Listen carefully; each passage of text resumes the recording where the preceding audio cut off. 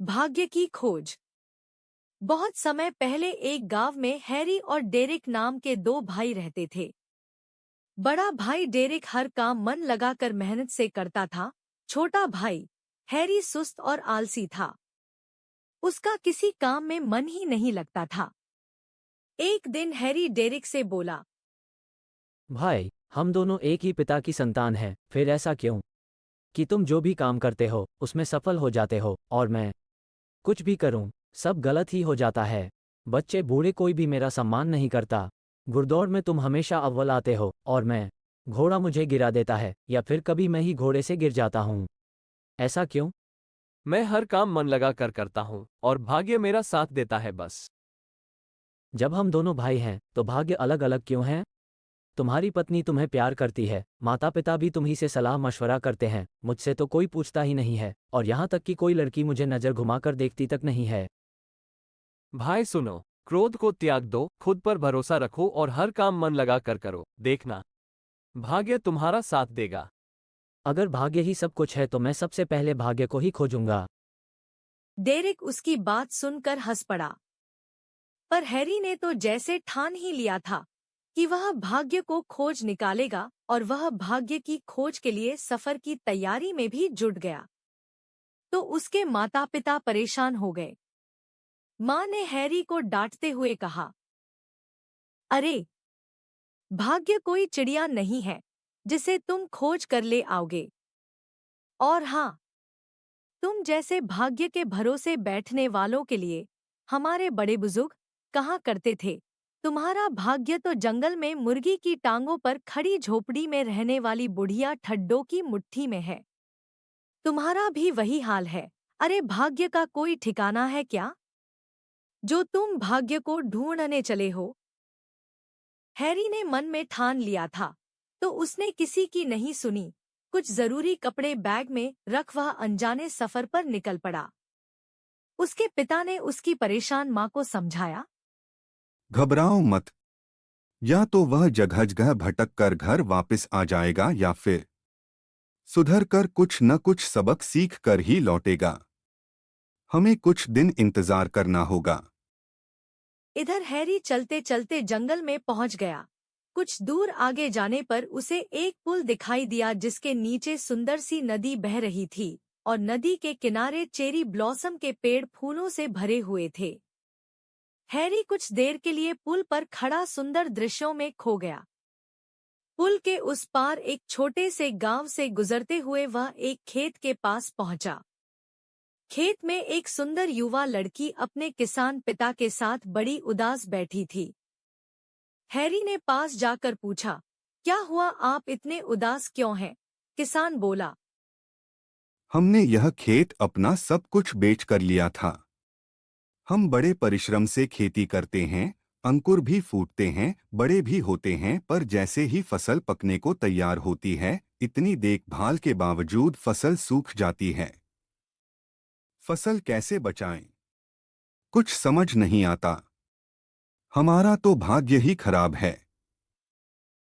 Harry ने उन्हें तसल्ली देते हुए कहा, परेशान न हो, सब ठीक हो जाएगा।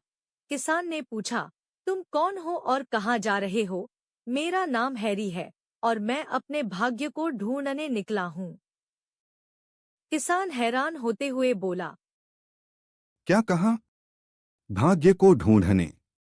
अच्छा, जब तुम भाग्य से मिलो तो मेरी फसल के बारे में भी पूछना कि मेरे भाग्य में अच्छी फसल क्यों नहीं है। हैरी ने किसान से वादा किया और आगे बढ़ गया।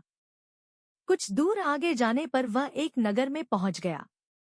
वहां के सिपाही उसे पकड़कर राजा के पास ले गए। राजा बहुत उदार था। राजा ने उसका स्वागत किया और पूछा, राहगीर, तुम्हारा नाम क्या है और तुम कहाँ जा रहे हो? हैरी ने कहा, मेरा नाम हैरी है और मैं अपने भाग्य को ढूंढने जा रहा हूँ। राजा हैरान होकर बोला, क्या, भाग्य को? तो हैरी बोला, जी हाँ, भाग्य को। ठीक है हैरी, जब तुम अपने भाग्य से मिलोगे तो उससे मेरे बारे में जरूर पूछना कि इतने सुंदर और सोने के महल में रहकर भी मैं सुखी क्यों नहीं हूँ। भाग्य ने क्या कहा मुझे बताना और तुम जो चाहोगे वह मैं तुम्हें दूंगा।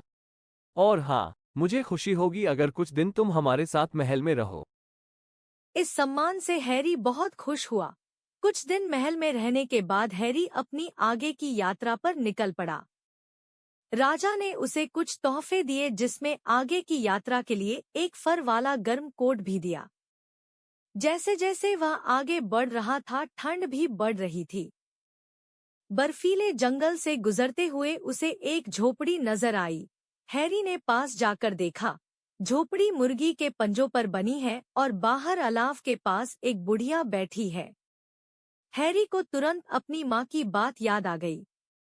उसने सोचा, हो न हो, यही बुढ़िया ठड्डो है जिसकी मुट्ठी में भाग्य रहता है। इतने में बुढ़िया बोली, आओ अंदर आ जाओ बेटा। बाहर बहुत ठंड है, लगता है बहुत दूर से आए हो। हैरी को अच्छा लगा। वह झोपड़ी के अंदर चला गया। झोपड़ी अंदर से काफी बड़ी थी। बूढ़ी माँ के साथ कई जानवरों के अलावा कई बिल्लियां भी रहती थी।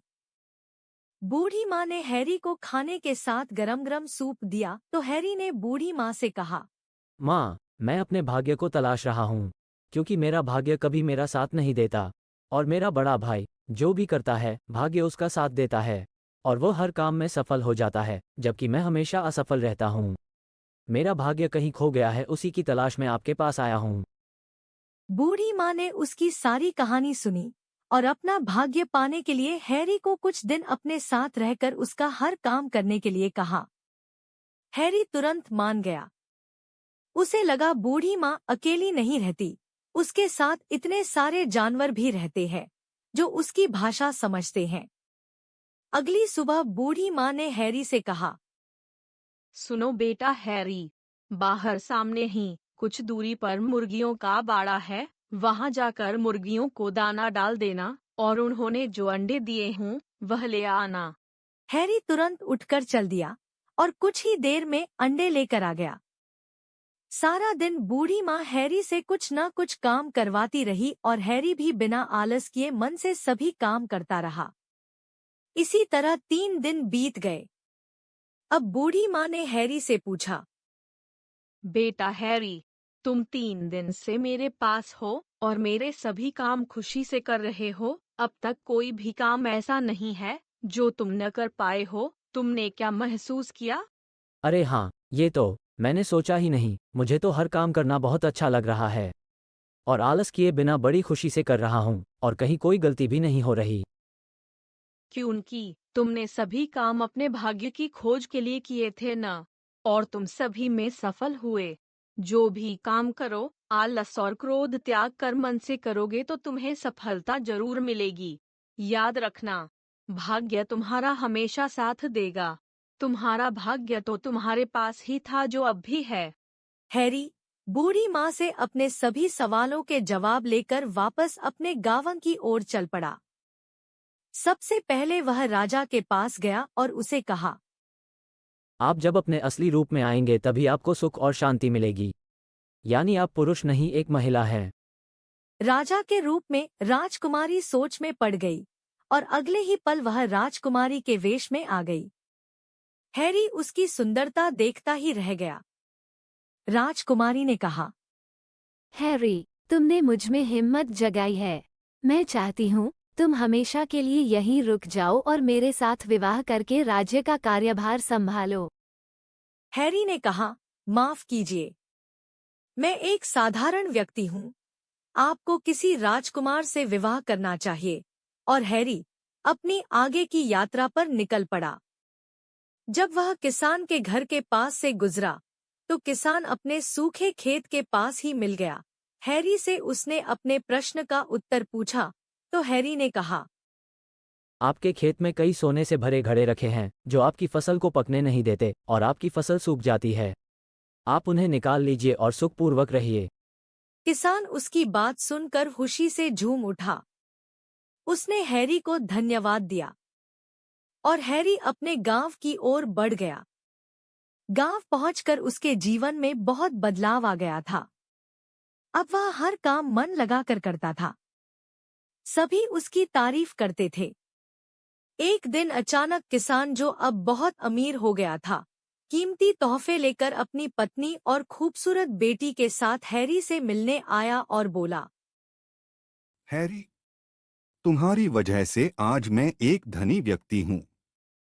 आज मेरे पास सब कुछ है। मैं चाहता हूँ तुम मेरी बेटी से विवाह कर लो और मेरी संपत्ति के वारिस बन जाओ। हैरी को बूढ़ी माँ की नसीहत याद आ गई कि हाथ आए अवसर को खोने मत दो।